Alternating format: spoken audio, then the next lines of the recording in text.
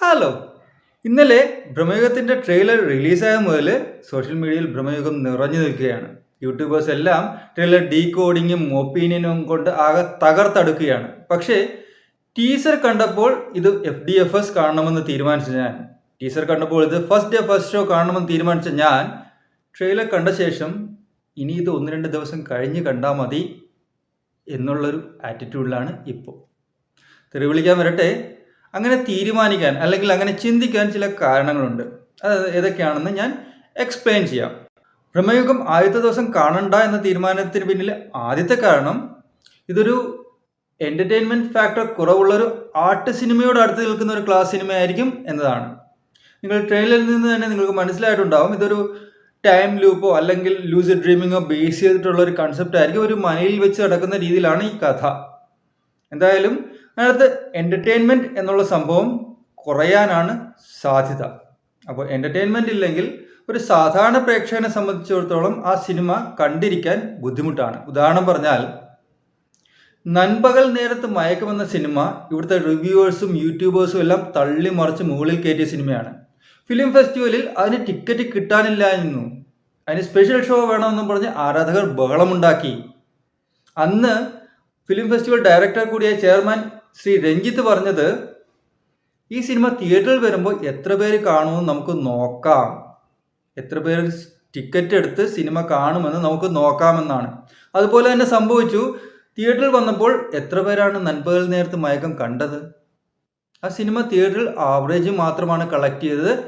അത് ഒരു ഫ്ലോപ്പായിരുന്നു, അല്ലെങ്കിൽ ആവറേജ് ഹിറ്റ് എന്ന് വേണമെങ്കിൽ പറയാം, കാരണം അതിൻ്റെ പ്രൊഡക്ഷൻ കോസ്റ്റ് കുറവായിരുന്നതുകൊണ്ട് മാത്രം. അതല്ലെങ്കിൽ ആ സിനിമ വേണ്ട രീതിയിൽ തിയേറ്ററിൽ വിജയിച്ചില്ല. അപ്പോൾ ഒരു ആർട്ട് സിനിമയ്ക്ക് യൂട്യൂബേഴ്സോ റിവ്യൂവേഴ്സോ ഒക്കെ നല്ലത് പറയും.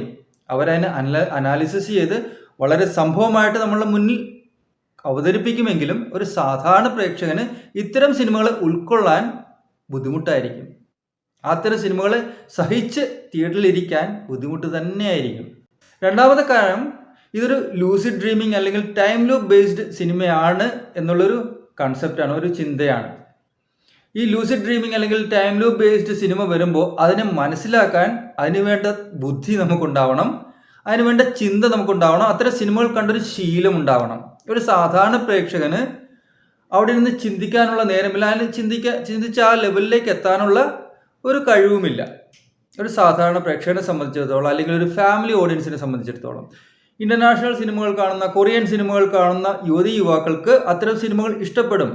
അത്തരം പ്രേക്ഷകരായിരിക്കും ഇത്തരം സിനിമകൾക്ക് വരുന്നതിൽ കൂടുതലും. ഞാനൊരു സാധാരണ പ്രേക്ഷകനാണ്, എനിക്ക് ഇത്തരം സിനിമകൾ ചിന്തിച്ച് മനസ്സിലാക്കാനുള്ള അത്ര കപ്പാസിറ്റി ഇല്ല. ഫോർ എക്സാമ്പിൾ, മാട്രിക്സ് കണ്ടിട്ട് എനിക്ക് പകുതി മുക്കാലും ഇതുവരെയും മനസ്സിലായിട്ടില്ല. അതിൻ്റെ പ്ലോട്ട് വായിച്ചിട്ടും എനിക്കിപ്പോഴും കൺഫ്യൂഷനാണ് ബാക്കി. അപ്പോൾ എന്നെ പോലുള്ള ചിലരെങ്കിലും കാണും. അങ്ങനെയുള്ളവർക്ക് ഈ ടൈം ലൂപ്പ് ബേസ്ഡ് സിനിമ മനസ്സിലാക്കാൻ ബുദ്ധിമുട്ട് അനുഭവപ്പെടാൻ സാധ്യതയുണ്ട്. ഇത് ബ്രഹ്മയുഗം ഒരു ടൈം ലൂപ്പ് ബേസ്ഡ് സിനിമയാണെങ്കിൽ അല്ലെങ്കിൽ ലൂസിഡ് ഡ്രീമിംഗ് ബേസ്ഡ് കൺസെപ്റ്റ് ആണെങ്കിൽ അത് മനസ്സിലാക്കാൻ ഇത്തിരി പാടായിരിക്കും. ഇനി മൂന്നാമത്തെ കാരണം എടുത്താൽ, ഇത് ടെക്നിക്കലി ബ്രില്യൻ്റ് ആയിട്ടുള്ളൊരു സിനിമയാണ്. ഇതിൻ്റെ BGM ആയാലും സിനിമാറ്റോഗ്രാഫി ആയാലും സൗണ്ട് മിക്സിംഗ് ആയാലും എല്ലാ മേഖലയിലും പ്രശസ്തർ, കഴിവുള്ള വ്യക്തികൾ പങ്കെടുത്തിട്ടുള്ള സിനിമയാണ്. മമ്മൂക്കയുടെ ആക്ടിങ്ങും പെർഫോമൻസും വേറെ ലെവലാണ്. അർജുൻ അശോകനും തനിക്ക് കിട്ടിയ റോൾ അന്യായമായിട്ട് ചെയ്തു വെച്ചിട്ടുണ്ടെന്ന് നമുക്ക് ട്രെയിലറിൽ നിന്ന് തന്നെ മനസ്സിലാകും. പക്ഷെ ഒരു പ്രേക്ഷകൻ, ഒരു സാധാരണക്കാരൻ ചെല്ലുന്നത് ആരുടെയും പെർഫോമൻസ് കാണാനോ ടെക്നിക്കൽ ക്വാളിറ്റി അനാലിസിസ് ചെയ്യാനോ ഒന്നുമല്ല. അവനെ സംബന്ധിച്ചിടത്തോളം എൻ്റർടൈൻമെൻ്റ് ആണ് അവിടുത്തെ കോർ ഫാക്ടർ. ഈ ടെക്നിക്കൽ ബ്രില്യൻസും ആക്ടേഴ്സിൻ്റെ പെർഫോമൻസും എല്ലാം സെക്കൻഡറി ആണ്. കാരണം ഈ കഥ, സിനിമയിൽ കഥയുണ്ട് എങ്കിൽ മാത്രമേ അവരുടെ ആ പെർഫോമൻസ് കൊണ്ട് ഗുണമുള്ളൂ. ഈ കഥയെ എലവേറ്റ് ചെയ്യാൻ വേണ്ടി മാത്രമാണ് ഈ ടെക്നിക്കൽ ക്വാളിറ്റിയും ആക്ടേഴ്സിൻ്റെ പെർഫോമൻസും ആവശ്യമായി വരുന്നുള്ളൂ. അപ്പോൾ ഇതിൻ്റെ കോർ തീം എന്താണ് എന്നുള്ളത് അനുസരിച്ചിരിക്കും ഈ സിനിമയുടെ മാർക്കറ്റ് പെർഫോമൻസ്, ഈ സിനിമ എത്ര പേർ അക്സെപ്റ്റ് ചെയ്യുന്നു എന്നുള്ളത്. ഇപ്പോഴത്തെ ഗതി അനുസരിച്ച്, ഇപ്പോഴത്തെ ട്രെയിലറിൽ നിന്ന് നമുക്ക് മനസ്സിലാവുന്ന അനുസരിച്ച് ഒരു മനയിലേക്ക് വരുന്ന 4 പേരോ അതല്ലെങ്കിൽ ഒരാൾ സ്വപ്നം കാണുന്നു എന്തൊക്കെ ആണ്. എന്നാലും ഇതിൻ്റെ കഥ എന്തായിരിക്കും എന്ന് അറിയാൻ എനിക്ക് ആഗ്രഹമുണ്ട്. ഈ കഥ നല്ലതാണെങ്കിൽ മാത്രമേ ഈ സിനിമ അക്സെപ്റ്റ് ചെയ്യപ്പെടുകയുള്ളൂ. ബ്രഹ്മയുഗം ആദ്യ ദിവസം കാണുന്നതിൽ നിന്ന് എന്നെ പിന്നിലേക്ക് വലിക്കുന്ന നാലാമത്തെ കാരണം, ഇത് കംപ്ലീറ്റ്ലി ഒരു ബ്ലാക്ക് ആൻഡ് വൈറ്റ് സിനിമ ആണ് എന്നുള്ളതാണ്. നമ്മളുടെ കാഴ്ച വർഷങ്ങളായിട്ട് കളർ സിനിമകളാണ് നമ്മൾ കണ്ടുവരുന്നത്. ബ്ലാക്ക് ആൻഡ് വൈറ്റ് എന്നത് ഒരു പരീക്ഷണ ചിത്രം എന്ന നിലയിൽ ഓക്കെ ആയിരിക്കാം, അല്ലെങ്കിൽ 2-2.5 മിനിറ്റ് നേരത്തേക്കുള്ള ട്രെയിലറിൽ ഓക്കെ ആയിരിക്കാം. പക്ഷെ 2.5 മണിക്കൂർ ആ ബ്ലാക്ക് ആൻഡ് വൈറ്റ് കണ്ടുകൊണ്ടിരിക്കുമ്പോൾ അത് എത്രത്തോളം നമ്മളെ അഫക്റ്റ് ചെയ്യും, അല്ലെങ്കിൽ എത്രത്തോളം നമുക്കത് എൻജോയ് ചെയ്യാൻ സാധിക്കും എന്ന കാര്യത്തിൽ എനിക്ക് വ്യക്തമായ സംശയങ്ങളുണ്ട്. അതാണ് ബ്രഹ്മയുഗം ആദ്യത്തെ ദിവസം ഒഴിവാക്കാൻ ഞാൻ തീരുമാനിച്ചതിന് പിന്നിലുള്ള 4ാമത്തെ കാരണം.